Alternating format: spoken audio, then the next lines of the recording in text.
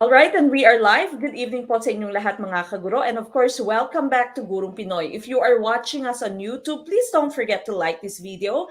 And of course, it's very important that you share this video. If you are watching us naman on Facebook, please don't forget to like this video. Of course, you may start a watch party, tag your friends, and of course, please do share this video so we can reach out to more people. And just like you, matulungan din po namin sila para maipasa yung upcoming let. Okay, but before we start with anything else, of course, tonight we start with our opening prayer. So please join me as we have our prayer.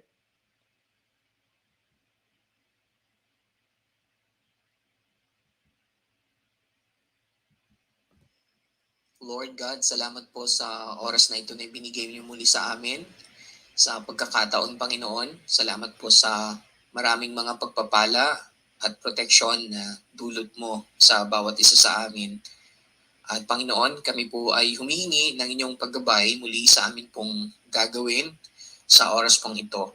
Sana po ay marami po kaming matutunan sa mga leksyon na aming aaralin po ngayon. Patuloy po nawa na tulungan mo po kami sa aming mga pangarap, Panginoon. Ibinibigay po namin ang lahat po sa inyo, Panginoon, dahil ikaw po ang nagsabi na kung kasama ka namin sa lahat ng pagkakataon ay tunay nga po na magtatagumpay po kami. Kaya Ama, sana po ay mapakinggan mo ang mga hiling po namin na ito. I-bless mo po ang family ni Ma'am Mek, ni Sir Ram, maging ang mga pamilya din po namin, Panginoon. Dalangin ho namin ang buong bansa namin, buong mundo na nakakaranas pa po sa pandemic. Sana po ay bumuti na ang kalagayan po namin, O Diyos. Naniniwala po kami sa inyo sa mga pangako mo sa bawat isa sa amin. Salamat po sa Panginoong Jesus na nagdulot po sa amin ng pag-asa sa buhay po na ito. Ama, ito po ang aming dalangin sa pangalan ni Jesus. Amen. Amen. And of course, we would like to welcome back the members of our Guru Pinoy team, starting with Team Gardner, our Team Veterano. Hello, welcome back. And of course, please do like this video and share this video. Ganon din sa ating mga Team Newbies. Sa members ng ating Team Erickson, welcome back to Gurong Pinoy. And of course, please do continue supporting Gurong Pinoy. And we welcome all of you back. Please do like this video and do share this video. Now, again, your final coaching for Let September 2021 is now posted on our Facebook page. You can also find that on your screen right now. And you have your majorship that's still for English, Soc-Sci, for Filipino, MAPE, Biology, and Math. That's August 21st, 22nd, 28th, 29th. For Prof Ed, you have August 21st, 22nd, 28th, 29th. That is going to be with me. Now, please do take note that change in our time. Hindi na po tayo magsisimula at 6 p.m. We will be starting at 7 p.m. Okay, so before we start, please do make sure that you have already eaten your dinner. And kung maaari ay mag-bring din kayo ng snack nyo, no? Maglagay ng snack nyo sa gilid nyo habang tayo nagre-review because we are going to have 50 items per session. So medyo mas mahaba yung magiging final coaching natin kaysa sa regular schedule that we always do every weekend. Okay, so again, that's 7 p.m. PH time for Prof Ed. Ganun din sa ating Gen Ed, September 5th, Science, September 11th, Social Science, September 12th, Math, September 18th, English, 19th, Filipino. That's still going to be at 7 p.m. PH time. Then, of course, we are going to have your prayers petition the night or the day before your let.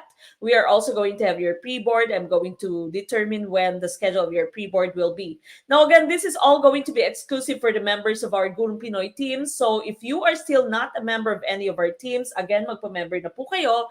Diyan lamang po kayo makakanood ng ating final coaching. It's not going to be live on our YouTube channel. It's not going to be live on our Facebook page. But it's going to be live through our teams. Okay? So, doon po kayo sa inyong teams, either Team Gardner or Team Erickson. Okay, so again, please do take note. We start at 7 p.m. PH time for Prof Ed and Gen Ed. Now, for the Let September 2021, if you are still not a member of our Let September 2021, yung Team Gardner or Team Erickson, you can still become a member of Gurong Pinoy. Our basic membership, again, that's Gen Ed and Prof Ed. That's only 1,000 pesos. For Pro membership, that's 1,250. Pro membership is for our major. So again, the majorship offerings that we have are English, Math, Bio, MAPE, Social Science, and Filipino. For premium, that's Gen Ed, Prof Ed, and Major, that's only 1,800. Okay, so again, this is if you will be taking your LET in September 2021. We've already posted several schedules for the LET. So please go back to your Facebook page later, to our Facebook page, and just check whether your names are already listed for LET September 2021. Now, if you are not going to be taking your LET this September and you will be taking it, might be in January, March, June, or it might be that you are going to be taking it in September 2022, hindi pa kayo nakakapag-file, for example, we are going to open our newest team, which is Team Piaget, and this is going to be a 1-year membership fee. That means we are going to start from October of 2021 until September of 2022. Now, our basic membership for this, Gen Ed and Prof Ed, is 2,000. Pro membership, again, that's for our major, that's 2,000. And premium, that's only going to be for 3,000 pesos. Again, our premium is Gen Ed, Prof Ed plus majorship. Now, if you are currently a member of, say, member kayo ngayon ng Team Erickson or Team Gardner, and nakapag-pay kayo dati ng ating membership fee, but you will not be taking the LET in September, okay, September of this year. You might be taking it in January or March or June, or it might even be in September next year. Your former membership fees are going to be deducted from our basic, pro, and premium membership fees. So say you will be taking your LET in January, for example, and you'd like to re-enroll for Gen Ed and Prof Ed, that's our basic membership, and you've paid, say you've paid 1,750. And so what happens is that your 1,750 that was paid before for the membership for Team Gardner or Team Erickson, that's going to be deducted from the basic membership that we have. So if you have already paid 1,750 before, for example, you will only be paying 250 so that you can still join for our Team Piaget. Again, Team Piaget will start from October of this year until September 2022. Okay, so yan po yung ating magiging membership for Team Piaget. Now, there's also going to be a discount of 500 pesos for the first 200 members. Okay, so if you already know that you will not be taking the LET this September, you know that you will be taking it in January or in March or in June, or it might be in September next year, please do become a member as soon as you can. If you are part of the first 200 members, you still get the 500 discount. That's on top of your former membership fee if you were formerly a member of Team Gardner or Team Erickson. Okay, so for any of your questions, just send us a message to our Facebook page. Okay, mag-send lamang po ng message sa ating Facebook page. Now, another thing that we have, another promo that we have, this only for Team Piaget. So ito po ay para lamang sa magtitake sa January, March, June, and September 2022. Hindi po kasama yung magtitake sa September 2021, no? Meron po tayong tinatawag na study buddy promo. So what you have is you can have 2 members na mag-join sa ating Team Piaget for just 1 fee. Okay? So say, meron kang best friend, dalawa kayo ay magti-take ng LET in January, and you'd want to join Team Piaget, and you'd want to just avail, say, our basic membership. That's only Gen Ed and Prof Ed. Now, you can enroll as 2 members, but you can only pay for just 1 member. So that means yung babayaran yung dalawa ay 2,000 lamang, pero kayong dalawa ay po pwede nang maging member ng ating Team Piaget. So that's our study buddy promo. Now, very important, it's only valid until July 31st, 2021. Okay, until July 31st, 2021 po lamang. Today is July 23rd. Okay, tama po ba? No, 24th. Okay, so you only have a few days left para ma-avail po yung ating study buddy promo. So again, if you will be taking your LET in January, you are still not a member of any of our teams, and you have a buddy, you have your study buddy, then you can enjoy our study buddy promo. You can avail this. It's only 2 members. You can enroll 2 members for just 1 fee. And again, it's only until July 31st of this year. Okay, so again, please do send us a message through our Facebook page if you have any questions with regard to our membership fees. Okay, now please do become one of our supporters if you can. Our supporters also have their exclusive group where I post their exclusive materials, their answers, answer keys, no, may mga answers sila sa kanilang mga exclusive exams. So again, yung supporters natin, there's a supporters button very near your chat box in our Facebook. Okay, so please do become one of our supporters. Maraming salamat po sa ating mga supporters. Thank you so much for supporting Gurong Pinoy. Another method that you can support Gurong Pinoy, of course, is by sending us your stars whenever we go live on Facebook right now.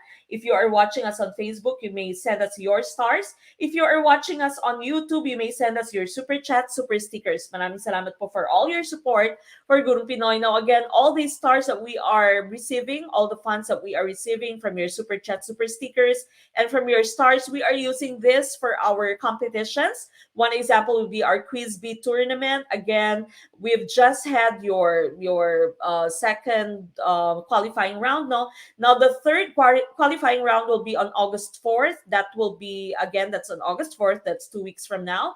The top 20 qualifiers for each qualifying round can join the grand tournament, which is going to be on August 14th. That's 6 p.m. PH time. Okay, there's going to be exciting cash prizes, and that's going to be for first prize, that's 3,000. Second prize, that's 2,000. Then third prize, that would be for 1,000 pesos. So again, lahat po ng mga nalilikom natin sa ating mga stars at sa ating mga super chat, super stickers, ginagamit po natin, nire-recycle yung funds natin para sa ating mga contests. We've had our Christmas party, acquaintance party, our summer party, and of course, the next activity that we are going to have is your Quiz Bee tournament. The grand tournament is going to be on August 14th. Again, this is all exclusive for our Gurong Pinoy team members. So again, magpa-member na po kayo for our Quiz Bee tournament. Now, again, this video, the two videos that we have for this weekend are still brought to us by Rain TV HD. Be one of the first 1,000 subscribers of Rain TV HD on YouTube and have a chance to win 200 pesos. You can also join her grocery giveaway. For the mechanics, just go to her Facebook page. That's Rain TV. And of course, her videos are on Rain TV HD. She has just posted a new video. No? Yung new video niya was about the tour in New York. So again, please do visit Rain TV HD and of course, join all her giveaways. Just go to Rain TV. That's her Facebook page. Maraming salamat, Ma'am Joy Daidiat, for giving us or sending us your super stickers. Thank you so much po. Again, maraming salamat for all of you who've already sent us your stars, super chat, super stickers. Thank you so much, Ma'am Edna Ballesteros, one of our supporters, for sending us 50 stars. Please do like this video. Again, mag-like na po ng ating video. Sir Josky or Kales, na mali yata ng pindot si Sir, nag-angry si Sir Josky. Okay, now, before we get to our closing prayer, again, tonight, we will have 20 items of Gen Ed. Our Gurong Pinoy team members have already answered this to their quizzes. Okay, so puntahan na po natin yung ating 20 items for Gen Ed tonight, and this is going to be what we will discuss for tonight. So again, please do like this video. Mag-like na po ng ating video. We have 200 plus people right now. We only have 100 plus likers. So again, mag-like na po ng inyong video, ng ating video. And of course, make sure that you share this video so that we can reach out to more people. Ma'am Eileen Magaso. Good day, ma'am. I'm watching here in the Ma'am Saudi. Thanks for sharing your knowledge. Maraming salamat po for watching us, even if you are in another country. And of course, please do take care for all of our kaguro, no, ng mga OFWs. Take care po. Mag-ingat. Meron pa rin panganib si COVID-19. Andyan pa rin, no? Good evening, Ma'am Vanessa Adion. First time po, lagi po ako nagda-download ng mga reviewers ng Gurong Pinoy. Sobrang helpful po talaga sa akin dahil self-study lang po ako. Naintindihan ko po lahat ng explanations. Maraming salamat po for your positive feedback. And of course, we try so hard so that you can easily understand whatever it is that we are talking about, no? Kaya po, ini-explain natin na maigi para po mas maintindihan nyo, para po prepare kayo for your upcoming lab. Ayan, si Sir Josky. Sorry, Ma'am Mek, napindot po. Okay lang po, sir.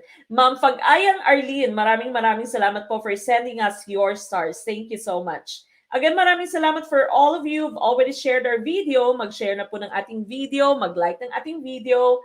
We still are waiting for a few other people, 100 people to do like our video. Please do like our video and share po yung ating video. Review na po tayo. Maraming salamat for tagging your friends. Again, please do like our video and share our video. Ma'am Presi Miles Cario, maraming salamat po for sending us 99 stars. Thank you so much. And of course, for the watch party. Again, please do like our video. We start with question number 1, Ma'am Heidi S. Maraming salamat. First timer din siya. Maraming salamat po. And of course, we start with question number 1. In the basic short story structure, what do we call the part where everything ties up in the end? Is it letter A, climax, letter B, denouement, letter C, finale, or letter D, conclusion? Okay, what's the correct choice for number 1? What do you think is the correct choice for number 1? Which one is the correct choice? Maraming salamat, Ma'am Christ Psycho Salma, for tagging your friend and of course for sharing our video. Maraming salamat for all our sharers, likers. Maraming salamat po for tagging your friends and of course for also starting a watch party. Ma'am Norge Pandapatan, first timer. Hello po, welcome. Assalamualaikum again to all our Muslim brothers and sisters. Good evening po. Welcome and welcome back to Guru Pinoy, to the rest of our members na nakikinood na noon. Okay, I see a lot of letter A sa ating chat box. Letter A. Meron din namang letter C. Aha. Mukhang number 1 pa lang, genocide na mangyayari. Tingnan natin. Ma'am Janice or Janice Bohol, Sir Fernando Tapia Louisbert, maraming salamat po for the watch party. Okay, maraming sagot nyo ay A. Meron din namang B at C. No? Karamihan letter A. Ma'am Christy Abrera sa Bocor, maraming salamat po for the watch party.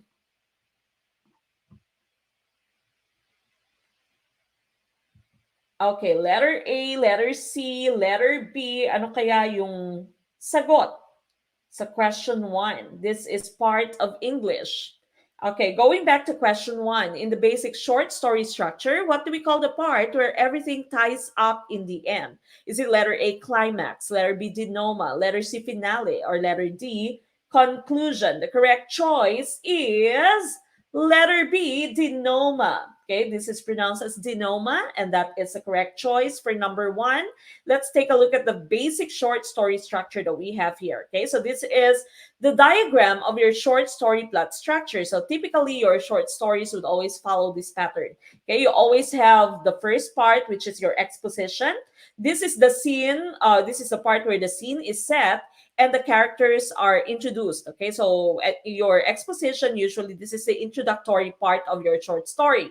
Then goes your complication. This is an initial incident or conflict, and we wonder what will happen or how the situation will be resolved. Okay, so merong isang komplikasyon, merong isang insidente, no? So paunang insidente, paunang komplikasyon. Then there's going to be rising action. The tension increases as the initial incident or conflict gets worse. Okay, so sumisidhit, no? The rising action, the tension increases.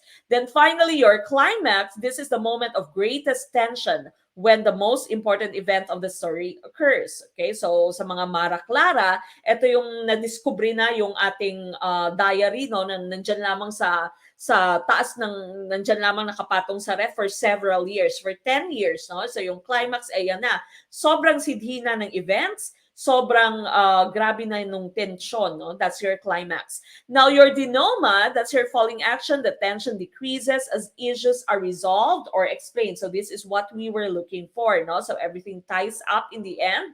That's your denouement. And finally, you have your resolution. The reader gains understanding of the central conflict and its outcome. Often, the characters learn something new or find new ways to carry on. So ito na yung pangwakas na bahagi ng inyong short story. So again, you have your exposition. There's going to be a complication. That's the conflict. Then there's going to be the rising action until the rising action reaches the climax. And then everything ties up in the end. That's your denouement, your falling action. And finally, resolution. That's the closing part of your short story. Okay, so again, the correct choice is letter B, denouement. Mali ka agad, okay lang po yan, no? So, kabago-bago, number 1, ligwak ka agad, genocide, okay lang po yan. At least, sa ating, sa let, tama na po ang inyong sagot. Okay, ligwak, ganun. Ayan, aba, sikap. Buti na lang nakinig ako sa teacher ng anak ko during class nila, kaya naalala ko tong lesson nila. Aba, okay, so marami ding natuturo, no? Marami ding naitutulong yung mga lesson ng anak ninyo. Wit, sabi ni Sir Migs Orcales. Move on sa number 2. Okay, number 2, this is also English. How many syllables are in an iamb? Is it letter A, 1, letter B, 2, letter C, 3, or letter D, 4? Okay, which one is the correct choice for number 2? Ilang syllables meron ang isang iamb? Ouch, mali ka agad sa number 1. Okay lang yan. Ligwak pero move on. Bueno mano pero ligwak, move on na lang. Okay lang po yan, bawi tayo. Meron pa po tayong 19 questions. Okay, again, please do share our video. Mag-share po kayo ng ating video and mag-start ng watch party para po yung kaibigan nyo na kukuha din po ng let, no, yung classmate nyo na magti-take din ng let, matulungan din po natin. Blackout dito sa amin sa Retiro, Quezon City. That's from Mercy. Ma'am Ipumea Mercy, mag-ingat po kayo na mag-ingat po tayo. May lindol, may bagyo sa Pilipinas. Okay, napakaraming sakuna, no? Pero gaya nga na sinasabi nila, yung mga malalaking challenges binibigayan sa mga pinakamatitibay na tao. So kayang-kaya po natin yan, move on kaagad, no? And of course, magtulungan para po tayo ay maka-move on, para po maka-survive, okay, sa lahat ng trahedyang ating kinakaharap. Kayang-kaya po natin yan. Okay, number 2, I see a lot of letter B's for number 2. A lot of letter B's. A lot of letter B's.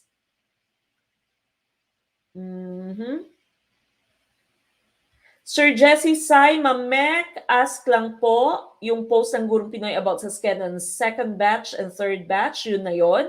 Walang fourth batch, ma'am. I don't know which location you're talking about, Sir Jesse Sai, but if there's going to be an update, then we are going to be posting the update.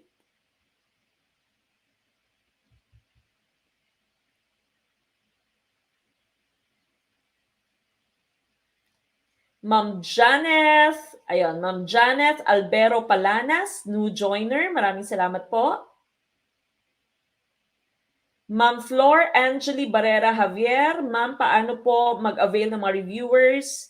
I am a let taker for January. Mag-send po kayo ng message later, ma'am. Dito po, kung saan po kayo nanonood sa Facebook.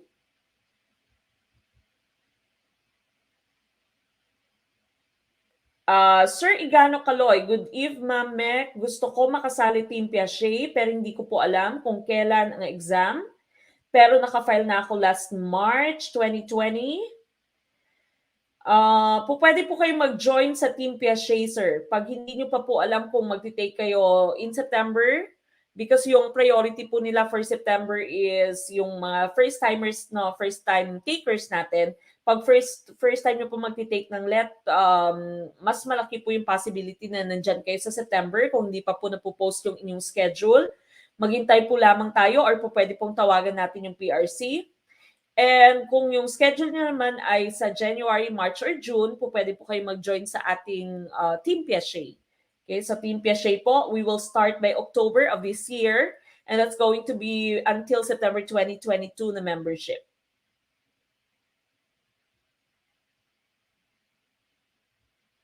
First timer, Ma'am Sofia de la Cruz Matore. Maraming salamat po. Welcome. Ayan, Region 9 Pagadian pala, sabi ni Sir Jesse Sai. Wala pa pong update, Sir Jesse. So, mag-check lang po tayo from time to time. First time din, welcome po, Ma'am Fe Longos Malintad. Ma'am Ayesha Jane Argilies. Ma'am Mek, first time po sa live stream ninyo, pero 1 year na po ako nanonood sa YouTube. Madami po ako natutunan, Ma'am Mek. God bless po. God bless din po. Maraming salamat. Okay, going back to the question that we have here. Question number 2, how many syllables are in an iamb? Is it letter A, 1, letter B, 2, letter C, 3, or letter D, 4? The correct choice here is letter B, 2. Okay, so letter B, 2 po ang ating tamang sagot. Ma'am Viney Pomperada, first timer. Hello po. Now, these are the different stress patterns that we have. Each of these unit is called a foot. Okay, sa ating poetry kasi ito, no? So, kada unit, kada pares, or it might be in threes, no? Po pwedeng trio, it is called a foot. Now, in your iamb, ang hinahanap natin, ilan yung syllables na meron sa iamb. And so, the correct choice would have been 2. Okay, so yung tamang choice natin doon was 2. Your iamb is composed of one unstressed syllable followed by a stressed syllable. Okay, so unstressed followed by a stressed. Kabaliktaran ng iamb nyo would be your trochee, your trocake. No? So your trocake naman, it also has 2 syllables, but it starts with a stressed syllable followed by an unstressed syllable. You also have your spondate or spondee. You have 2 stressed syllables. Your anapest is unstressed, unstressed, stressed. And your dactyl is stressed, unstressed, unstressed. Okay? Alam ko nakaka-stress. Okay? So these are the different stress patterns that we have in poetry. So again, your iamb has 2 syllables, 1 unstressed syllables, followed by a stressed syllables. Okay? Again, if you are a member of our Gurong Pinoy teams, you will have a copy of our PowerPoint presentation after this. So ito po yung isa sa mga advantages ng pagiging member ng Gurong Pinoy teams. You get to answer the quizzes, you get to join our final coaching, and of course, you also get our copy, the copy of our materials after our live stream. Okay, so yung answer po natin for number 2, of course, how many syllables are in an iamb? That's 2. Letter B, 2. That is the correct choice. Okay, we move on to number 3, still part of literature. What is a couplet? Is it letter A, 2 lines that rhyme with 1 line in between them that does not? Letter B, 2 lines that are the same length. Letter C, 2 rhyming lines placed directly together sharing the same meter. Or letter D, 2 lines that share the same meter. Which one is the correct choice for number 3? Magbasa din tayo ng mga comments dito. Good evening po, first timer. Thank you po for sharing your knowledge. Maraming salamat, ma'am. Crizel May Veriales, welcome po.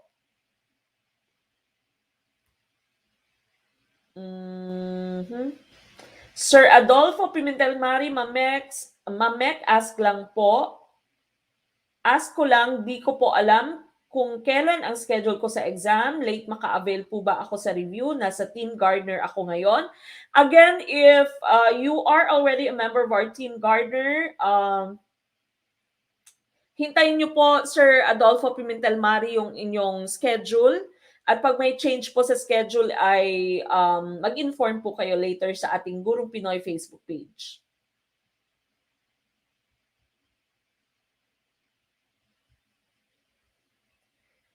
Blurred ba? Si Ma'am... First timer din po. Thank you po, Ma'am Mek.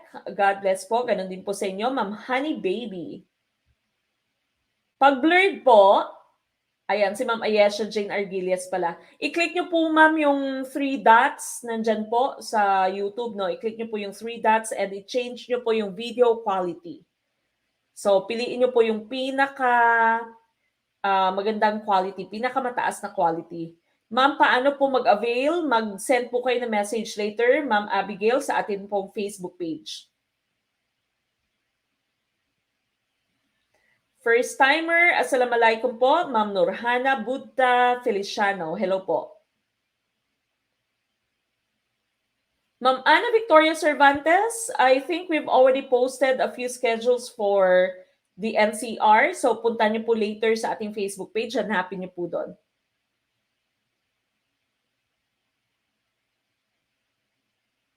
Okay. Ayan, meron po tayong message from, may information si Sir Lucio.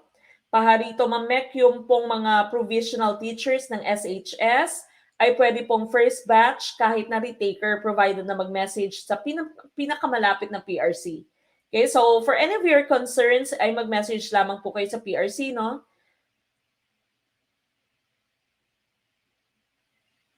Okay, we go back to our question. What is a couplet?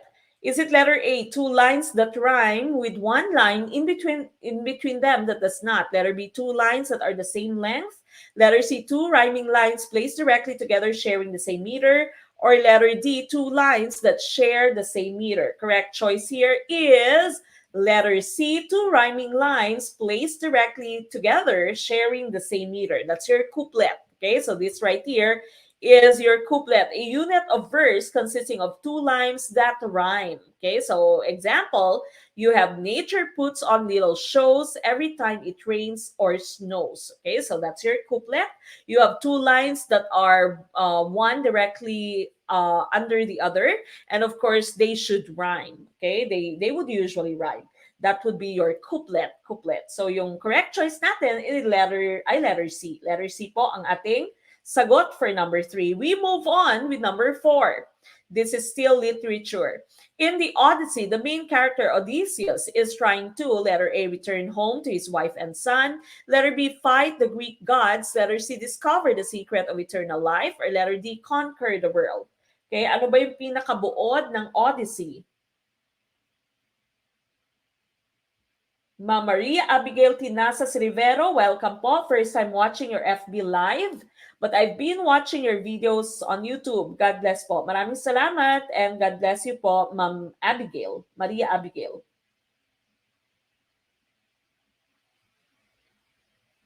Ligwak. Okay lang po yan.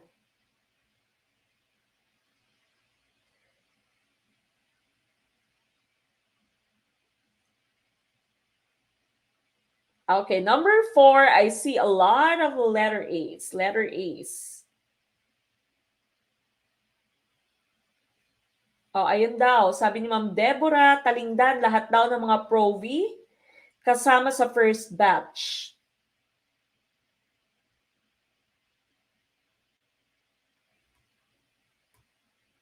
Maayong gabi Ma'am Lucita Labadan.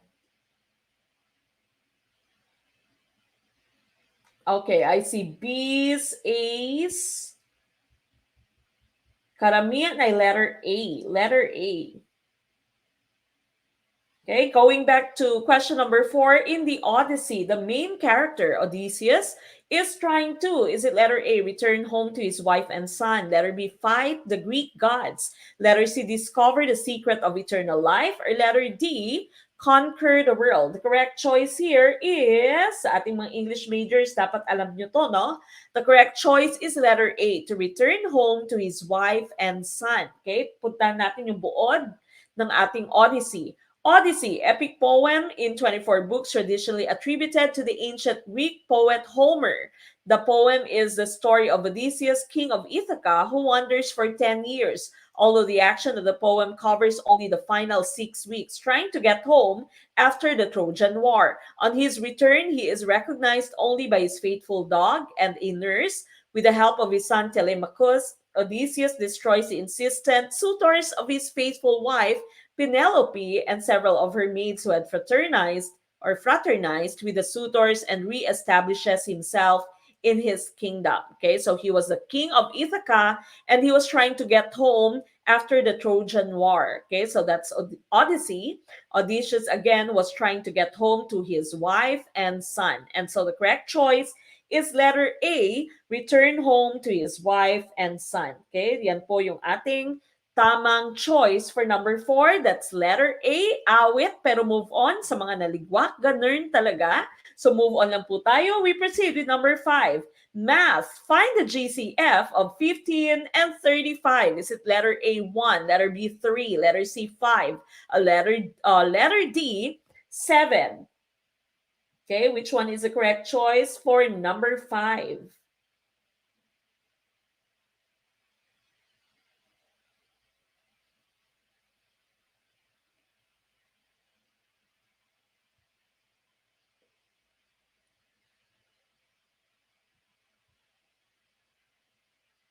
Ano po yung sagot for number 5? Question number 5 na tayo. This is math and it's a very easy math question, no? Elementary level. Grade 3 yata itong level na to.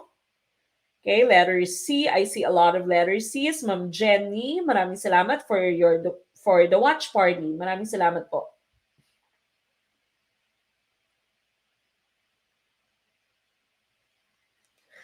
Okay, so again, for number 5 here, this is math. We are looking for your GCF. So again, when you say GCF, that's the greatest common factor. Okay, now we all know the difference between your factor and your multiples. When you say factor, again, pag sinabi natin factors, these are the numbers that we multiply so that we get that number as the answer. Okay, so yung factors say ng inyong 15, you have the factors 1 and 5 because 1 multiplied by 1 and 15, I mean, because 1 multiplied by 15 is 15. You also have 3 and 5. Okay? So yan yung mga factors ng 15 mo. So again, when you say factors, these are the numbers that you use in multiplication so that you can get a certain number.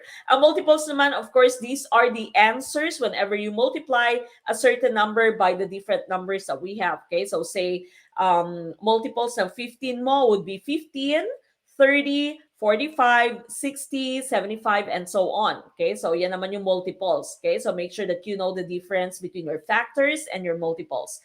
Now, going back to question number 5, we are looking for the GCF, greatest common factor.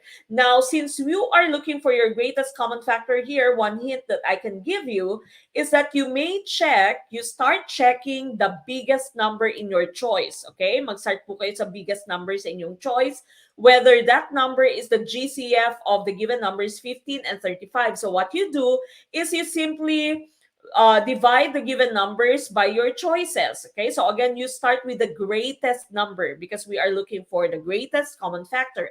Okay, so say you divide 35 by 7, that's 5. But when you divide 15 by 7, hindi siya whole number. And so we know that 7 here is wrong. That cannot be our correct choice. Now we proceed to the second biggest number. You have 5. 15 divided by 5, of course, that's 3. And 35 divided by 5, that's 7. And so we know that 5 here, letter C, that is our correct choice. So again, if you are looking for your GCF, you divide the given numbers by the choices that you have. You start with the highest choice. Okay? Mag-start po kayo sa highest choice. Now, if you are looking for the LCM naman, pag naghanap naman tayo ng LCM, kabaliktaran siya, no? What you do is you divide the choices by our given number. Okay? So, baliktad, yung choice mo naman, yung i-divide mo, and you start with the lowest number. So, lowest number ka naman, sa lowest choice ka naman magsimula if you are looking for your LCM. Okay? So, these are some techniques para siguradong tama ang inyong sagot. And of course, para mas mapadali ang pag-solve ninyo. Okay? So, but this one right here is very easy, no? 15 and 35 lamang. You all know that they cannot be, or 15 cannot be divided by 7 at hindi ka makakakuha ng whole number. You are going to have a remainder. And so, 5 is our answer. For number 5, letter C, 5 is the answer. Okay? So, letter C, that is correct. We move on to number 6. Solve the following equations. The square root of the quantity x minus 2 equals 4. Is it letter A, 4, letter B, 14, letter C, 16, or letter D, 18? What is the correct choice for number 6? Ma'am Sohaila Di Makaling, maraming salamat po for the watch party. Ganon din si Ma'am Christy Abrera sa Bocor. Ma'am Saida Sangeban Palunsay, maraming salamat for the watch party and for sharing our video. Ma'am Jenny, thank you for the watch party.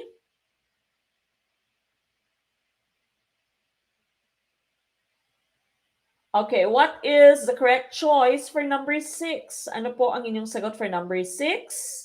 Letter D. I see a lot of letter Ds for number 6. Meron din namang letter C. Letter C at D.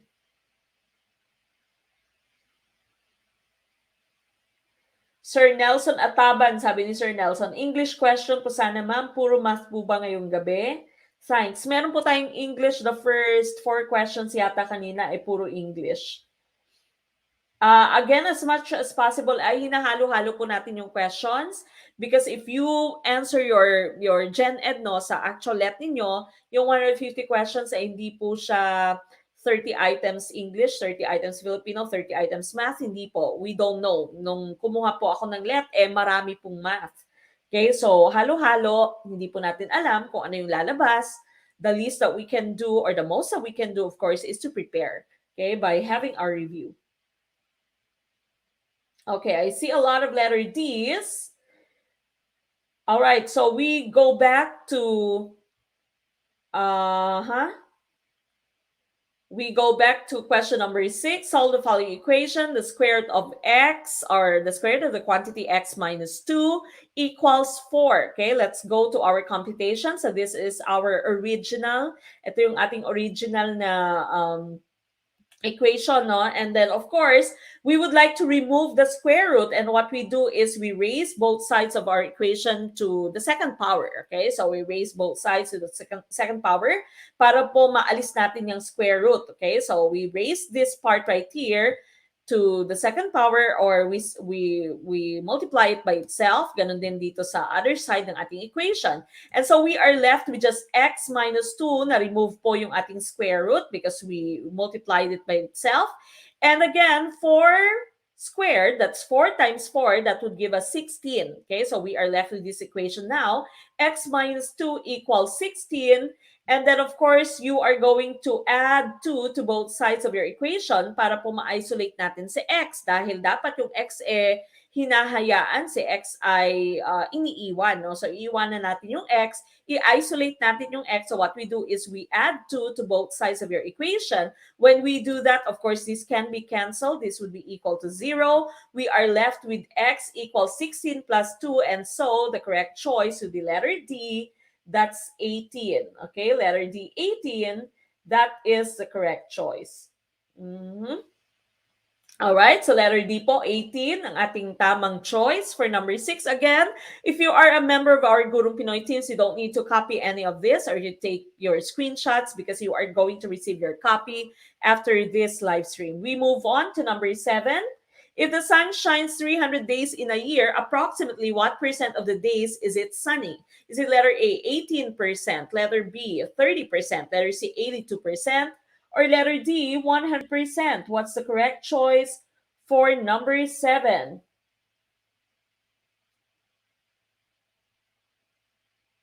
Okay, ayun, sabi ni Ma'am Ayesha Jane Argilia, sa lahat ng ni-review ko sa YT, sa YouTube, wala ako maintindihan hanggang sa may nakita ako sa FB account ko na may nag-share sa Grow. Nag-try ako na hanapin siya sa YT. Ayun, pinanood ko. Lahat ng tanong ko nasagot. Maraming salamat po, Ma'am Ayesha Jane. So again, napaka-importante po that you share your video, our video. I-share po yung ating video.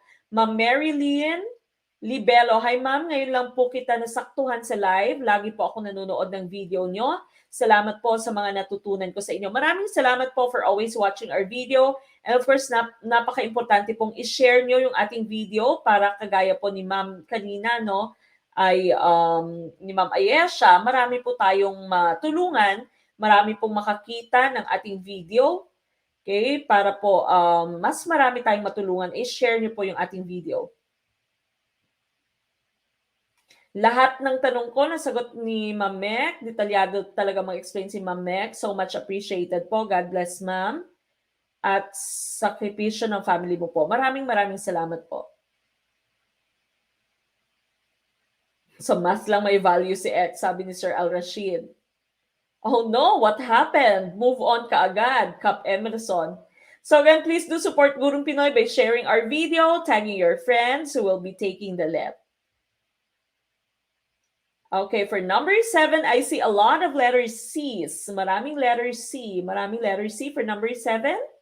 Letter C. Yes, karamihang sagot ninyo ay letter C. Again, please do share our video.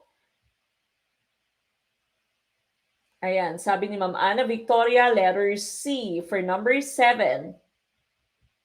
Alright, napaka-easy ng ating tanong for number 7. Hindi na nga po kailangang i-solve ito, di ba? Kahit natitingnan mo lang, alam mo na kung ano yung sagot.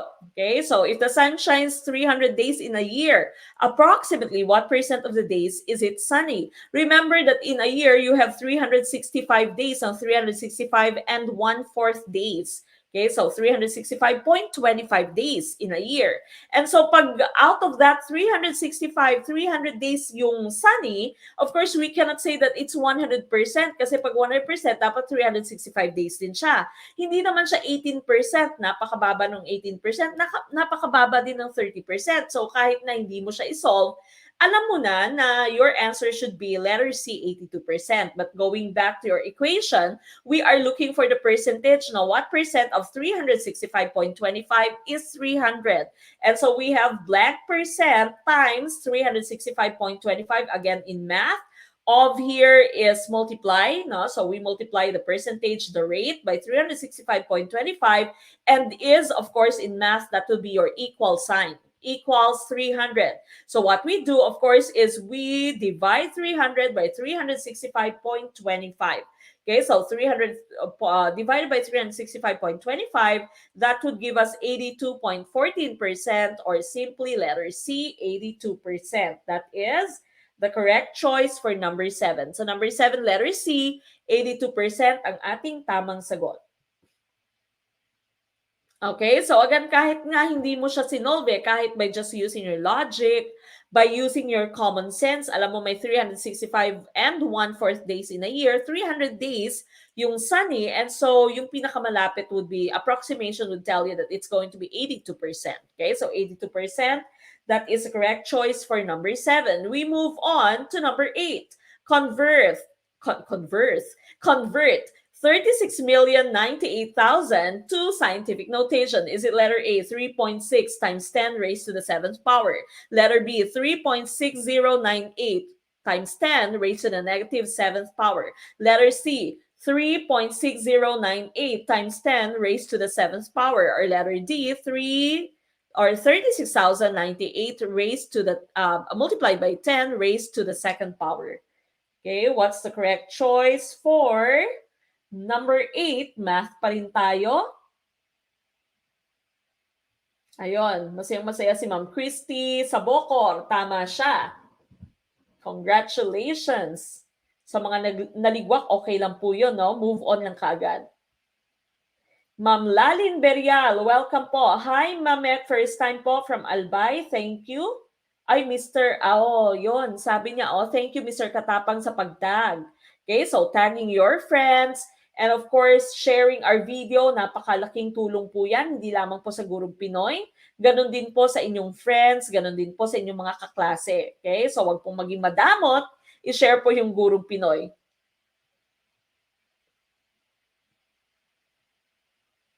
Maraming salamat, Sir Roland Dalumbar. Congratulations, Gurong Pinoy, sa 23K subs. Maraming salamat po. Okay, for number 8, I see a lot of letter A's. Letter A's.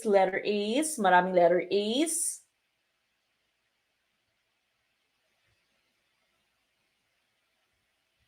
Okay, meron din namang letter C. Marami ding nag-letter C.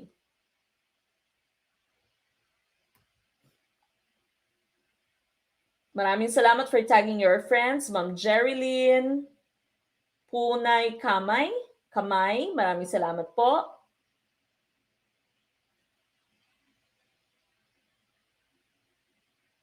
Ganon din kay Ma'am Geraldine Galgo Ocliaso. Maraming salamat for tagging your friends. First timer, Ma'am Zulcar Stone, or Sir Zulcar Stone. Welcome po. All right, going back to question number 8, convert 36,098,000 to scientific notation. The correct choice here is letter C. Letter C po ang ating tamang sagot. Although accepted naman yung letter A, since meron tayong saktong sagot dito, that would take precedence. Ito po yung mas priority natin, no? Kasi saktong-sakto siya, 3.6098 lahat ng digits ay nilagay niya and multiplied by 10 raised to the 7th power.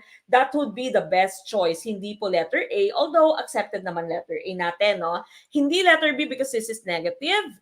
And of course, hindi din letter D dahil raised to the 2nd power lamang ito. Napunta natin yung ating Next slide. No. So whenever you say scientific notation, it is a way of expressing really big numbers or really small numbers. It is most often used in scientific calculations where the analysis must be very precise. Okay, so the different parts of your scientific notation would be your coefficient, any number from 1 to 10, but not including 10, multiplied by 10 raised to the nth power. Okay, your base would always be 10, and n here should be an integer. Okay, it should be an integer. It can be a positive number. It can be a negative number. Okay, so again, the correct choice, the best choice is letter C, 3.6098 times 10 raised to the 7th power. That is for number 8. Okay, move on kaagad. We go to number 9. Convert 1.763 times 10 raised to the 2nd power to standard notation. Is it letter A, 1,763, letter B, 176.3, letter C, 17.63, or letter D, 176,300? What is the best choice for number 9? Ito yung kabaliktaran naman ng inyong standard or yung inyong scientific notation. Ma'am Ayesa Jane, hanapin niyo po yung 3 dots na nandyan po sa inyong YouTube, no? Na habang nanonood kayo ng YouTube. And change nyo po yung video quality.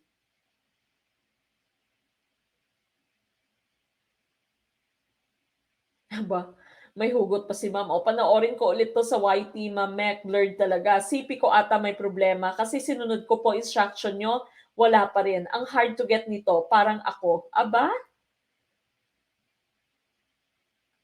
Mga kaguro, huwag kalimutang mag-like. Maraming salamat. Sir Al-Rashid Daod.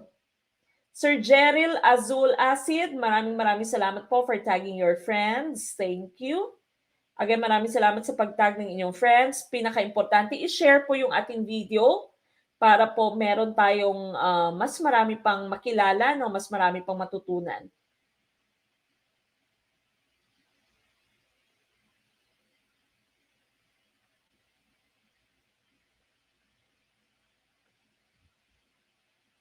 Okay, we are already at number 9. No? Number 9, we are going to convert our scientific notation to standard notation. Okay, now going back to the question that we have here, maraming sumagot ng letter B. So again, you are given 1.763 by multiplied by 10 raised to the 2nd power. Now looking at this, you have raised to the 2nd power. So that means we will be moving our decimal point 2 times. Now, since your exponent here is positive, we will be moving the decimal point 2 times to the right. Okay? Pag yung exponent nyo po ay negative, that means you will be moving the decimal point to the left. No? Mas magiging maliit yung number. Pag positive naman siya, that means you will be moving it to the right. How many times? It is based on your exponent. In this case right here, it is raised by 2. And so we will be moving it 2 times to the right. Okay, so 1, 2. So that means the correct choice here is letter B, 176.3. Letter B po ang ating tamang sagot. Okay, so again, pag positive ang inyong exponent, that means you will be moving it to the right. Pag negative, you will be moving it to the left. Pag positive, in this case, twice nating minove yung ating decimal point because our exponent is 2. Pag 5 yan dyan, that means 5 times mo rin i-move yung inyong decimal point. Pag 7, 7 times mo rin i-move. Again, pag positive siya, going to the right. Pag negative yung exponent, going to the left. Okay, so in this case, letter B is the answer for number 9. We move on to number 10. Dr. Patel does an experiment in which she shows people either a happy movie, a sad movie, or no movie in a classroom. Then she asks them to fill out a survey assessing their feelings about whether they want to adopt a pet from the animal shelter. In this experiment, what was the control group? Is it letter A, the larger population of people who live in that town? Letter B, the people who watched the happy movie? Letter C, the people who watched no movie? Letter D, the group of pets who are currently in the animal shelter? Okay, what is the correct choice for number 10? Number 10, ano kaya yung ating sagot for number 10? Ayan, sabi ni Cap Emerson Barbosa, may gulay, practice pa more, masyadong nagmamadali. Okay, minsan alam nyo yung sagot, pero careless, no? Nagmamadali masyado. Okay? Ang let po, pagsasagot nito ay para ding pag-ibig, dapat take your time. Para hindi magkamali, take your time. Ganon din sa inyong love life. Okay? Para hindi magkamali sa tao, take your time. Huwag masyadong magmadali. Okay? Mahaba po yung buhay, no? Mahaba pa yung oras. Habang may buhay, may pag-asa, makikita mo rin yung taong nakatakda para sa'yo. Okay? So, huwag po magmadali. Take your time para hindi magkamali. Mhm. Sir Zulcar Stone, ganun din po sa inyo. Hanapin niyo po yung three dots. If you're watching us on Facebook, hanapin niyo po yung three dots and i-change niyo po yung video quality. Pwede naman pong balikan niyo later. Oh, ayan. Sabi ni Ma'am Ayesha, okay na. Ayan, okay na po. Hard to get talaga siya sabi ni Ma'am Ayesha. Okay, so hanapin niyo po yung video quality. Nasa three dots po. Pag nasa Facebook kayo, tingnan ko po kung saan makikita yung three dots.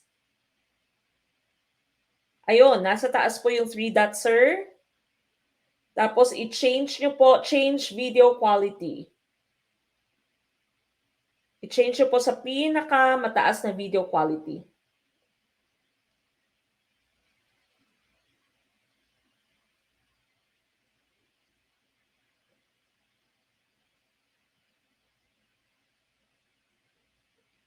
Okay, going back to the topic that we have here, what do you think is the correct choice? Ano kaya yung tamang sagot for question 10? Okay, question 10. Ano kaya yung ating tamang sagot?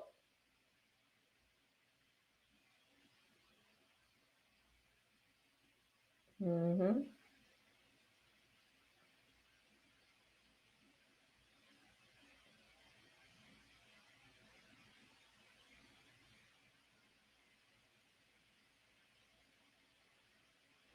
All right, question number 10.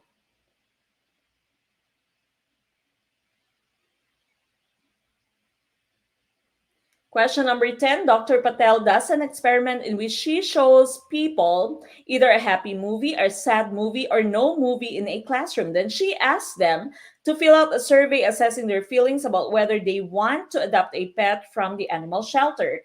In this experiment, what was the control group? We are looking for a control group. So whenever you have your experiment, pinakamaigi lagi na yung experiment mo ay meron pong control group, no? So meron dapat control group ang iyong experiment.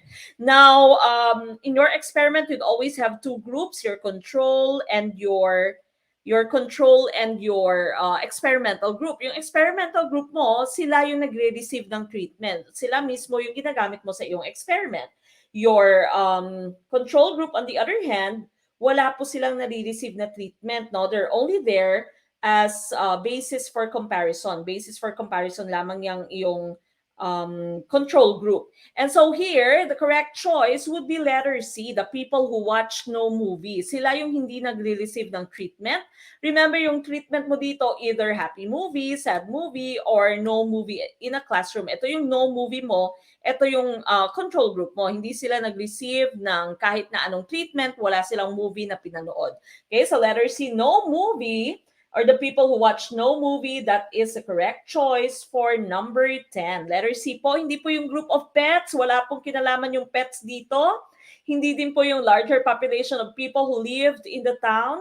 And the people who watch the happy movie, this is part of your experimental group. Okay, so your control group, parte sila ng experiment mo, pero hindi mo sila binigyan ng treatment. Okay, so kumbaga, kung ang experiment mo, for example, is the amount of water that would make your tomato plant grow the fastest, and you have 5 ml of water, 10 ml, 100 ml, 500 ml. Okay, so these are the different setups that you have. These are your experimental groups. Sila yung binigyan mo ng iba't ibang types, iba't ibang amounts of water in this case. Tapos meron kang isang tomato plant na usual lang yung amount of water. Hindi mo change, hindi mo vary yung amount of water na ginagamit mo.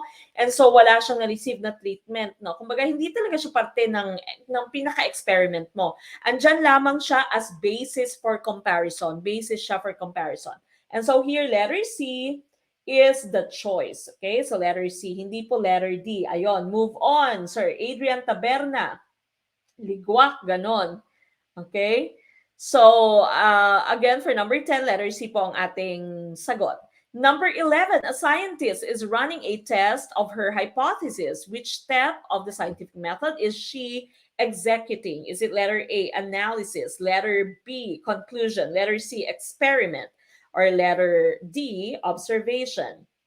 What do you think is the correct choice for number 11? We're already halfway through the 20 items that we will be discussing tonight. Okay, ano kaya yung tamang sagot? Or what is the correct choice? Ano kaya yung tamang choice for number 11? Number 11, I see a lot of letter C's. Letter C's. Okay, marami ako nakikitang letter C's for number 11. Again, please do support us by sending us your stars. We have our stars goal of 1,000 per weekend. Okay, so please do support us by sending us your stars. Ayan po, meron na tayong new star badges.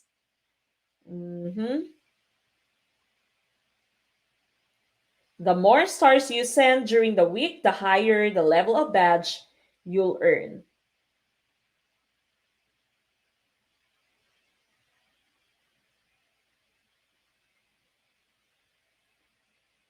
Okay, letter C. Letter C. Karamihang sagot ninyo ay letter C. All right, going back to question number 11 here, a scientist is running a test for her or of her hypothesis. Which step of the scientific method is she executing? The correct choice, of course, if you are trying to test your hypothesis, the only method so that you can check whether your hypothesis is correct or not is to do an experiment. Okay, so your experiment is testing your hypothesis. And so letter C is the correct choice for number 11. Tama yung letter C. Okay, letter C. Remember the different steps of your scientific method. You'd always start with your observation. You have two types of observation. Meron kang quantitative observation. Yung may numbers, no, yung may measurement. Those are your quantitative observation. Of course, your qualitative observation, these are just descriptions. Okay, descriptions lamang yung qualitative observation. Now, you come up through your observation, you'd come up with your scientific question. Okay, so say here, which type of fertilizer works best? And then you are going to have your hypothesis. Your hypothesis, of course, would always say, this is your educated guess. No, this is your scientific guess.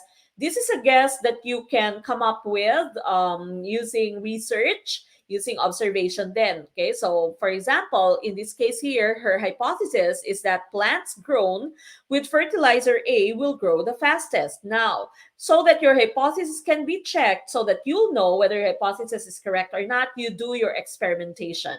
Okay, so you experiment, you measure the different results that you have in your experiment. You may organize the data in your experiment. And of course, from your data, you can come up with your conclusion. Okay, you can either say your hypothesis was proven correct or your hypothesis was proven wrong. Okay, so these are the different steps in your scientific method. Again, for you to test your hypothesis, that would be experimentation. Okay, observation comes before hypothesis.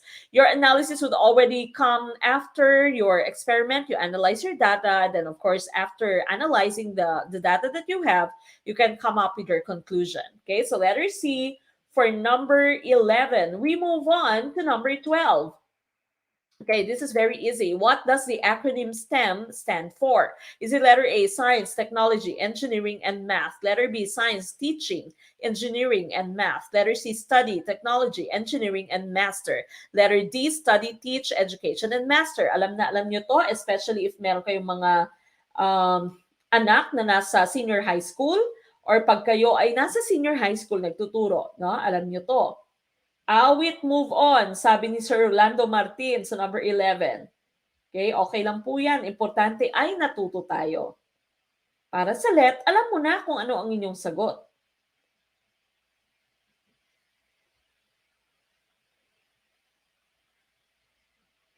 Ma'am Jessica Perez, you might have to change the video quality, ma'am. I-change niyo po yung video quality. Hanapin niyo po yung three dots. Nandyan po siya, usually nasa taas ng video, nasa baba ng video, nasa side. I-click niyo po yung three dots and change the video quality. Okay, letter A, letter A. Karaming sagot ay letter A. Okay, we're just looking for the meaning of the acronym STEM. Okay, STEM, isa sa mga strands sa ating senior high school, no? Meron STEM, meron HUMS. Okay, correct choice here would be letter A. Tama yung letter A. That's science, technology, engineering, and math. Okay, so number 12, A is the correct choice. Tama, karamihan sa atin. We move on to number 13. Wind is forced to rise when it hits a mountain. The rising air then cools and the moisture within it condenses into snow. This process is an example of letter A, convectional lifting, letter B, orographic lifting, letter C, a cold front approaching, or letter D, vertical movement of maritime air masses. What do you think is the correct choice for number 13? Ayon. Sabi ni Ma'am Jessica Perez, malinaw na ang video. Tama po yan. Pag blurred, i-change lamang po yung video quality. Ma'am Blanca Castro. Hello po ma'am, 55 years old na po ako at gagraduate this July 31 and planning na mag-take ng LET. Sana po matulungan ako sa pagre-review. Thanks po. Unang-una, congratulations Ma'am Blanca Castro. Again, it doesn't matter how old you are. Learning does not stop. Learning is a lifelong process. We congratulate you. Malapit na gumraduate si ma'am. Congratulations po. And of course, we are looking forward to helping you pass your LET, no? Isa pong karangalan na maging bahagi ng inyong pagpe-prepare para po sa inyong LET. And of course, kaligayahan naming maipasa kayong lahat sa LET, no? Pag naging LPT kayong lahat, kami na po yung pinaka-satisfied, ang pinaka-happy sa inyong matatamong tagumpay. Malapit na malapit na.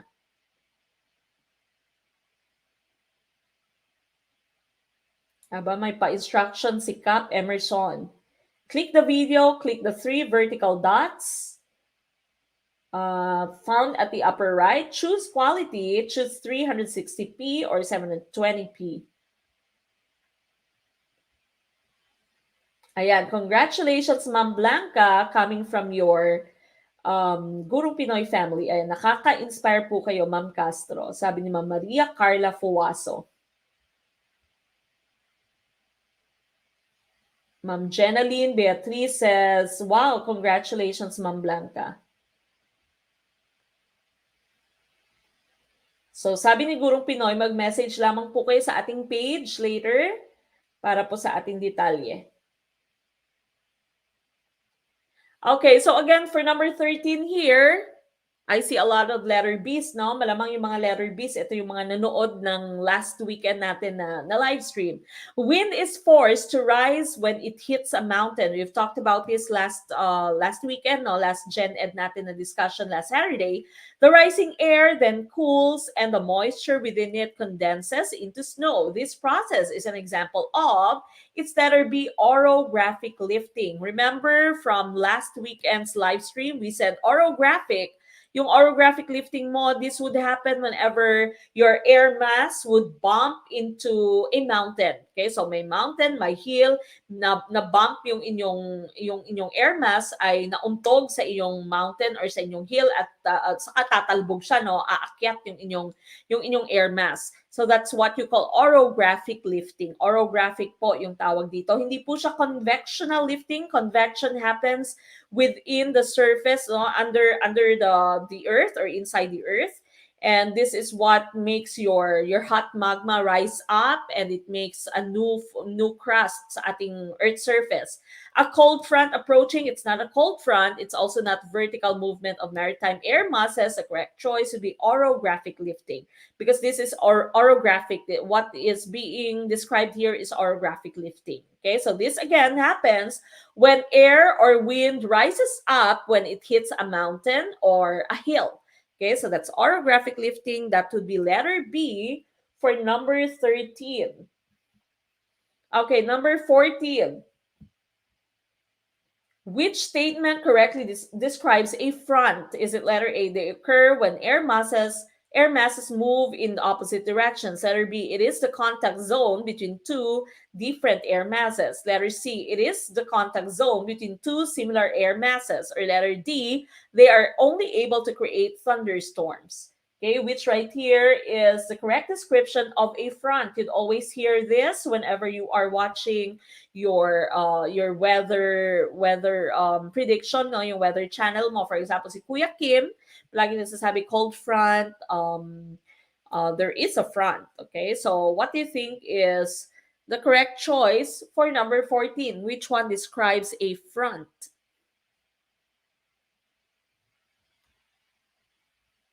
Ayan, sabi ni Ma'am Blanca Castro, thanks po sa inyong lahat, lalo po akong na-inspire.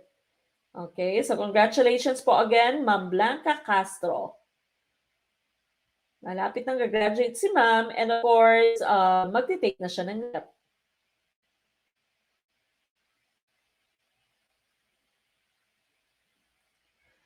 Ma'am Mek, need pa po bang pumunta in any PRC office para ma-notify silang nakapag-NOAA na ako last 2020? I think what you can do, ma'am, the easiest that you can do, Ma'am Ana Victoria Cervantes, lalo na may COVID, no? Mahirap ngayon magbiyahe. Tawagan niyo po sila. You go to prc.gov.ph, tingnan niyo po kung meron yung regional office niyo po, tingnan niyo po yung phone number, po pwede pong tawagan, po pwede niyo din po silang i-email, pero mas mabilis yata pag tawag, no? Mas mabilis yung response.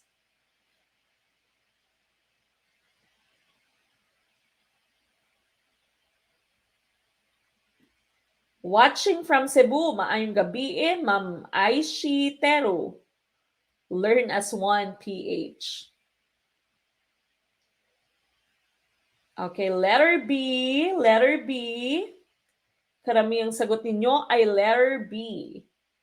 Marami din namang letter. May A, may C, may D din ako nakikita, pero karamihan ay letter B. Going back to question 14.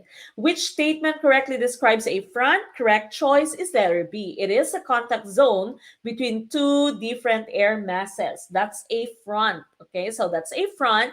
This here is our explanation. Sabi ng cold air mass mo and warm air mass, I don't mean to be confrontational, but I would like to move on. Okay, so they want to move on whenever you have a cold air mass and a warm air mass meeting, you'd call that your front. Okay, that's your front. So letter B, the contact zone between two different air masses. So whenever you have your cold air mass and your warm air mass, usually yung warm air mass mo would rise up and your cold air mass would go down. Okay, so they'd want to move on. Yung warm air mo would be rising, your cold air would be going downwards. Okay, so that's letter B, contact zone between two different air masses. Okay?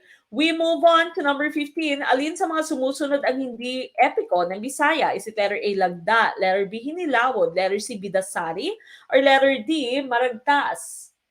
Which one is the correct choice for number 15?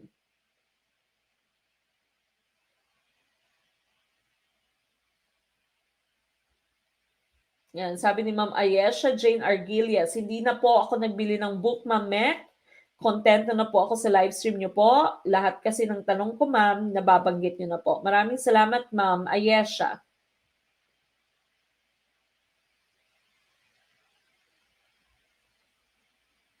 Ayun, may message si Ma'am Eunice Carbajal. Pwede po tawag and email para sure, kaso yung line nila madalas busy. Kaya agahan ang pagtawag. Okay, so that's one very good advice from Ma'am Eunice Carbajal. Maaga daw po tumawag, Ma'am Ana, para masagot po yung inyong tawag.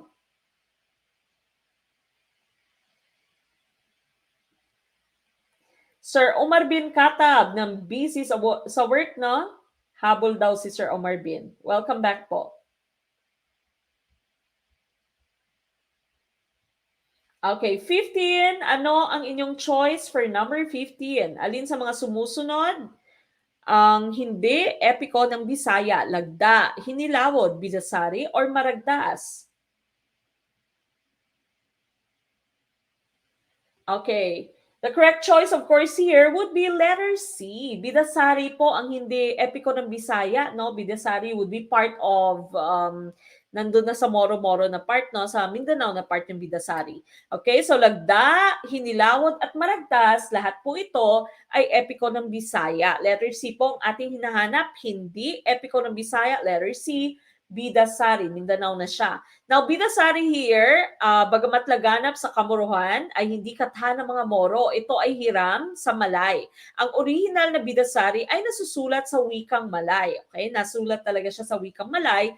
At ito ay isang epikong romansang Malay na nasasalig sa matandang paniniwalang napatatagal ang buhay kung ang kaluluwa ay pinaiingatan sa isang isda, hayop, bato o punong kahoy. Yan po yung pinakabuod ng Bidasari. Ito ay isinalin ni Chauncey C. Starkweather mula Malay patungong Ingles. Okay, so please take note of this. Baka lumabas sa let, no? Sino ang nagsalin sa Bidasari mula sa wikang Malay patungong Ingles? That would be Chauncey C. Starkweather.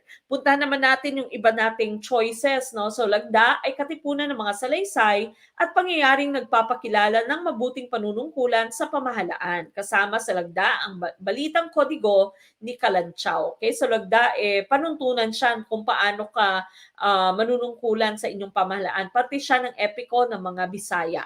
Hinilawod ay tungkol sa panay na pinagmulan ng Capiz, Iloilo at Antique. Ito ay binubuo ng mga pakikipagsapalaran ng tatlong anak na lalaki ng batalang babaeng si Alusina at ng mortal na si Paubari. Inaawit ito ng isang hinukot sa mga kasalan, anihan, pista, lamayan, at iba pang mahalagang okasyon. No? I'm pretty sure wala na yatang hinilawod na ginagawa ngayon.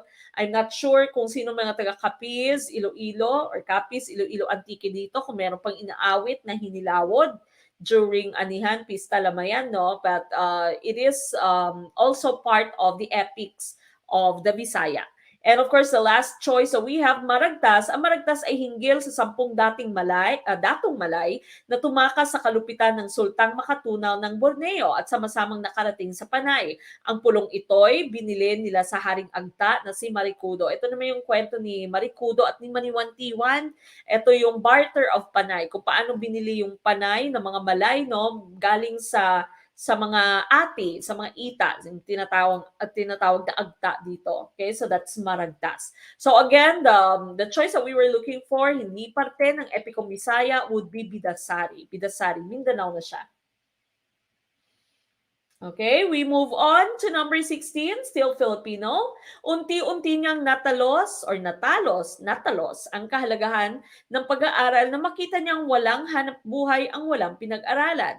Anong ibig sabihin ng salitang nakahilig? Is it letter A, nahiram, letter B, nawala, letter C, na itago, or letter D, nabatid? Ano kaya yung ating tamang choice for number 16? Mamek, malulobat na po ako. 9% na lang po. Blackout pa rin until now. Sana ay magkailaw na, sir. Ma'am of Ipomea Mercy, no? Sana po ay magkailaw na. Ano yan, Cap Emerson? Sabi nga ng GP, ng Gurong Pinoy, si teacher, ay napapagod din pero hindi sumusuko. Tama.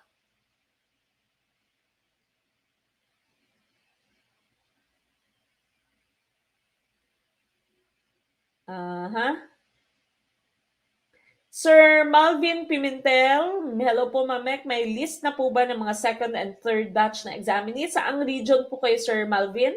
Again, as soon as we see any update, po-post po namin. So pag wala pa po kayo na po-post, that means wala pa po kami nakikitang update.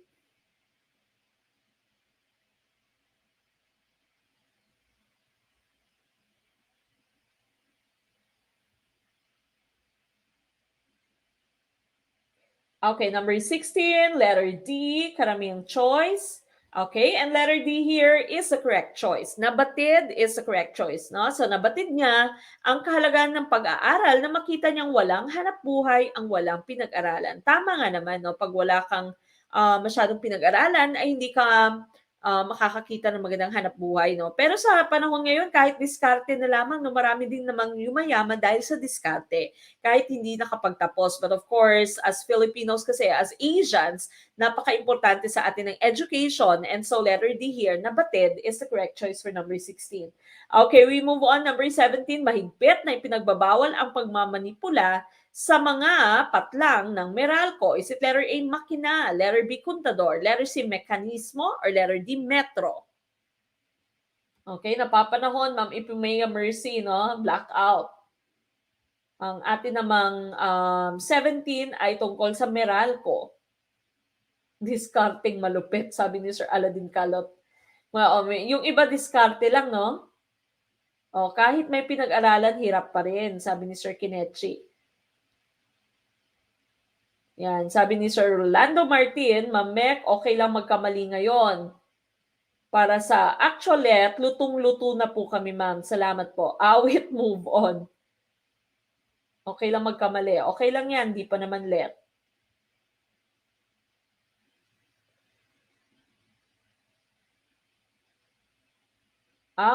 Ma'am, merong very important information coming from Ma'am K. Kabuyok. Sabi niya, Ma'am Mek, nagpunta po ako sa PRC Galleria to get updated NOAA. Ang sabi sa akin, no need na daw kasi postponed lang naman ang exam. Sabi sa akin, valid pa din daw yung NOAA ng March 2020. Okay, so that means hindi na daw kailangang i-update, Ma'am Ana, ang inyong NOAA kasi na-postpone lang naman daw. So, para makampante kayo po, pwede naman pong tawagan. Tawagan talaga yung PRC, pero sabi nga daw po ni Ma'am Kay, postpone na naman yung inyong LET, and so valid pa rin po yung inyong 2020 na NOAA. 17, I see a lot of letter D's, metro. Meron din naman letter B, kontador. The correct choice here is letter B, kontador. Yung tinatawag nating metro ng kuryente. Metro kasi yung tawag nyo dati, no? Or minsan, metro kasi yung tawag. Pero yung pinakatamang salita dyan, pinakatamang choice natin dito would be letter B, kontador po yung tawag. Yung metro kasi, ito yung mga nasa taxi. Okay, nasa taxi ito. Okay, so pinagbabawal ang pagmamanipula ng mga kontador. Kontador po yung ating best choice for number 17, kontador. Okay, so not letter D, metro, but kontador. Number 18, Carla's family goes to the Catholic Church every Sunday. This is part of their blank culture. It's a letter A, material, letter B, non-material, letter C, Hispanic, or letter D, religious.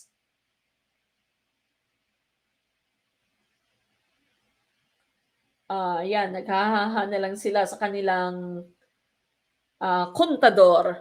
Maraming salamat, Ma'am Ipumea Mercy, for sending us your stars. Kahit na palobat na si Ma'am, nag-send pa ng stars. Thank you po.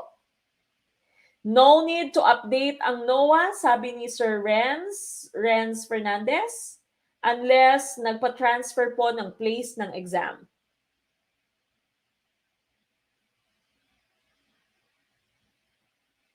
Ligwak, ma'am. Akala ko metro. Kontador. Yung metro ng ating kuryente, yung tawag po dyan ay kontador. Okay, number 18. Again, Carlos's family goes to the Catholic Church every Sunday. This is part of their blank culture. Okay, is it letter A, material, letter B, non-material, letter C, Hispanic, or letter D, religious? Okay, I see a lot of letter D's. Marami naman kayang maligwak.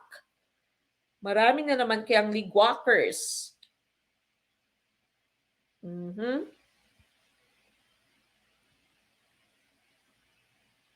Maraming letter D. Letter D, ligwak ganun na naman kaya? Ano kaya ang ating correct choice for number 18? Okay, going back to number 18, Carlos' family goes to the Catholic Church every Sunday. This is part of their blank culture. A, material. B, non-material. C, Hispanic. Or letter D, religious. The correct choice here is letter B, non-material. Hindi po religious culture. Hindi po, wala po tayong religious culture. The correct choice would be letter B, non-material culture. Now, whenever you say culture, kasi this is all the shared products of human groups. There are two types of culture. It can be material culture, it can be non-material culture. Okay, so say your material culture mo dito, physical objects that people create and use. Okay, physical objects, yung nahahawakan mo. And your non-material culture, these are abstract human creations. Okay, so hindi mo siya nahawakan, hindi mo siya nakikita.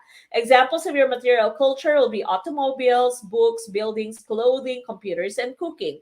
Examples of your non-material culture will be beliefs, family patterns, ideas, language, political and economic systems, and rules. That's according to Holt, Reinhardt, and Winston. So again, we're looking for non-material culture for number 18. Okay, so religious beliefs are part of your non-material culture.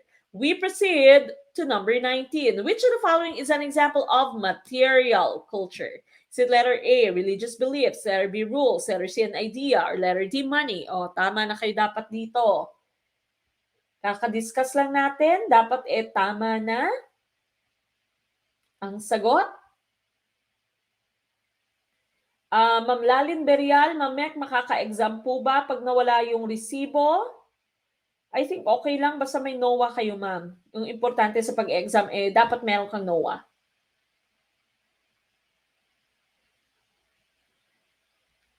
Sir Kinechi Lorbes, meron po kayong magiging final coaching for MAPE.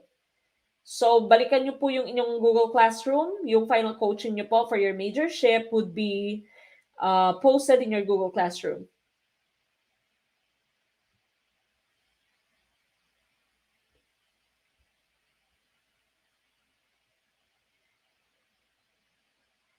Watching from Siargao, Sir JP Teshoma. Welcome po. Watching from Siargao. Laking tulong po dito. Thank you po. Maraming salamat. Awit, move on. Move on na lang. Okay, number 19. 19. Miss Acabo, you're not a material girl. Sabi ni Cap Emerson. Okay, number 19. Ano kaya yung hinahanap dito? So number 19, which of the following is an example of material culture? Kakasabi lang natin, meron tayong non-material and material culture. Pag material, dapat inahawakan mo siya, nakikita mo siya. Pag non-material, ito yung mga ideas, beliefs, rules. And so A, B, and C are non-material culture. Letter D is the correct choice. Okay, so letter D ang ating sagot for number 19, and we have the last item for tonight. Okay, so isinali ko ito no, para pag nakita nyo ito sa let, masagot nyo yung tama. The COVID-19 pandemic hit the entire world in later 2019 and still has paralyzed the globe. Which coronavirus variant was initially detected in South Africa in December 2020? Is it letter A, B117 alpha, letter B, B1351 beta, letter C, P1 gamma, or letter D, B1617 2 delta?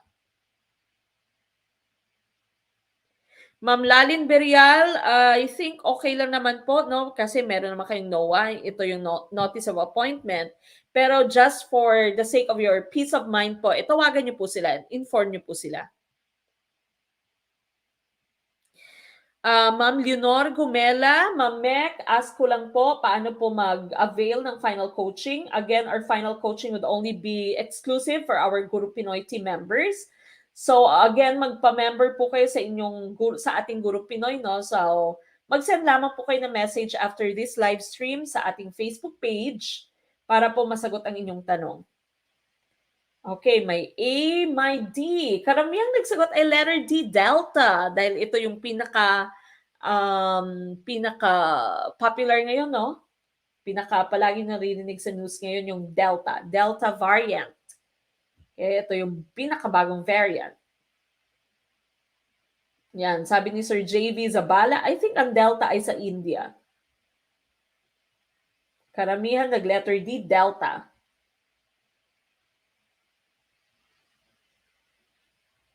Ayan, sabi ni Sir Adolfo Pimentel Mari, Ma'am Leonor, pag-enroll na diri sa Gurong Pinoy, kay daghan kaayo tamahibaw-an kaya kay sa Uban Review Center. Maraming salamat, Sir Adolfo. Sabi ni Sir Shiasi Samos Isilab, yes, nabasa ko din. So, ligwak na si D. Perhaps not sure din.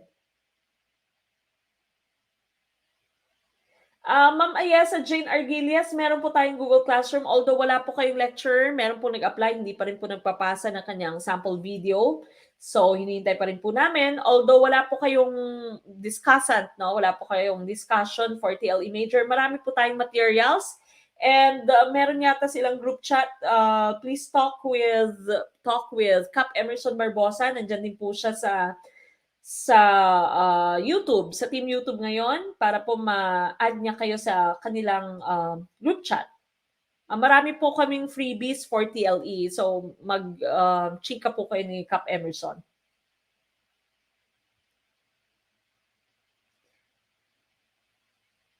Okay. All right, so now, again, number 20, the COVID-19 pandemic hit the entire world in later 2019 and still has paralyzed the globe. Which coronavirus variant was initially detected in South Africa? We're looking for that variant, which was detected in South Africa in December 2020. The correct choice here is letter B, beta. Okay, so letter B, beta. That is the correct choice for number 20. Beta po, hindi po delta. Okay, hindi po delta, beta po. Now, these right here are the different variants that we have. The main reason why the UN Health Agency uses letters of the Greek alphabet is to avoid stigmatizing nations where they were first detected. Para hindi sabihin na, ay, galing yan sa India, Indian virus. Okay, you don't say Indian virus, you don't say South African virus, but we use the letters of the Greek alphabet. Okay, so alpha was initially detected in the United Kingdom, December 18, 2020. Beta was in South Africa. This was the correct choice. Gamma was in Brazil in 2021. And Delta, tama po kayo, it was in India in May 11, 2021. Just recently, no, ito yung pinakabago, your Delta variant. Okay, so you also have some other variants of interest. It can cause or they can cause community transmission or multiple clusters or detected in multiple countries. You have epsilon, zeta, eta, ang daming iba-iba. Ayan no, may Philippines, theta variant, iota, kappa. Okay, but again, ito yung pinaka-variants of concern ngayon, pinakasikat, especially delta, since it is the latest, no? Siya yung latest variant. Ayan, sabi ni Ma'am She Bigaw, ngayon ko lang po nalaman ang page niyo po, Ma'am. Hoping and praying po na makapasa na po ako for my permanency. Maraming salamat po. Okay, so that ends tonight's discussion. So again, we are coming back tomorrow, still at 6 p.m. Philippine time, for our Prof Ed discussion. If you are a member of our Gurong Pinoy teams, you will see your quizzes. Prior to that, no, sa umaga pa lang, pinopost ko na po yung ating quizzes. And of course, you can have a copy of this PowerPoint presentation later. Now, again, please don't forget to subscribe to Rain TV HD. That's my daughter's YouTube channel. You are going to have a chance to win 200 pesos. It might be in cash or it might be as a GCash. You can also have a chance to win her grocery giveaway. Yung drawing po natin, yung first draw for her grocery giveaway will be at the end of this month. So again, go to Rain TV. That's her Facebook page. Nandun po yung kanyang mechanics. And again, you can go to Rain TV HD for her videos. Okay, so please go to Rain TV and Rain TV HD, subscribe to her YouTube channel and win 200 pesos or her grocery giveaway. But for tonight, of course, we say goodbye and we close our activities with our closing prayer. So please join me as we have our prayer. Muli po tayong manalangin. Our great God, salamat po sa oras po na ito na ibinigay mo sa amin na naging matagumpay po ang aming pag-aaral. Sana po marami po kaming mga natutunan, O Diyos. Sana po ipatuloy mo po kaming pagpalain sa mga plano po namin, Panginoon. Ikaw po ang aming dakilang pastol at ikaw po yung naghahanda ng lugar para sa amin. Sana po ay maganap na po ang mga ninanais po ng aming mga puso. Alam mo po yung mga pagsisikap namin, mga sacrifices namin para matupad po ang mga pangarap po namin na ito. Sana po sa lahat po ng mga member ng Gurong Pinoy International, sana po ipagpalain mo. Lalo po, Panginoon, na malapit na po ang exam, patibayin mo po ang aming loob, palakasin mo po ang aming damdamin, Panginoon, na hindi po kami matakot. Sa halip, mas lalo po kaming maghanda, Panginoon. Salamat po sa sakripisyo ni Ma'am Meg at ni Sir Ram para po sa bawat isa sa amin. Panginoon, salamat po sa lahat at ibinibigay po namin lahat yung mga concern namin sa inyo. Sa pangalan ni Jesus, ito po ang mga aming dalangin. Amen. Amen. All right, and that ends tonight's discussion. Magkita-kita po tayo muli tomorrow at 6 p.m. for your Prof Ed. And of course, please do send a message through our Facebook page sa lahat po ng gustong maging member ng Gurong Pinoy to enjoy our final coaching, to join our final coaching for free, our major reviews, and of course, also to have a copy of all the materials that we have. Again, please do send a message through our Facebook page. This has been Coach Mek of Gurong Pinoy. And of course, I leave you the saying, malit man na butil ng mga kaalaman, ang dulo nito ay malaking kaginawaan. Maraming salamat mga kaguro. Stay safe sa bagyo, sa lindol, at sa COVID-19. Stay safe. God bless po. Maraming salamat. We'll see you tomorrow night. Bye.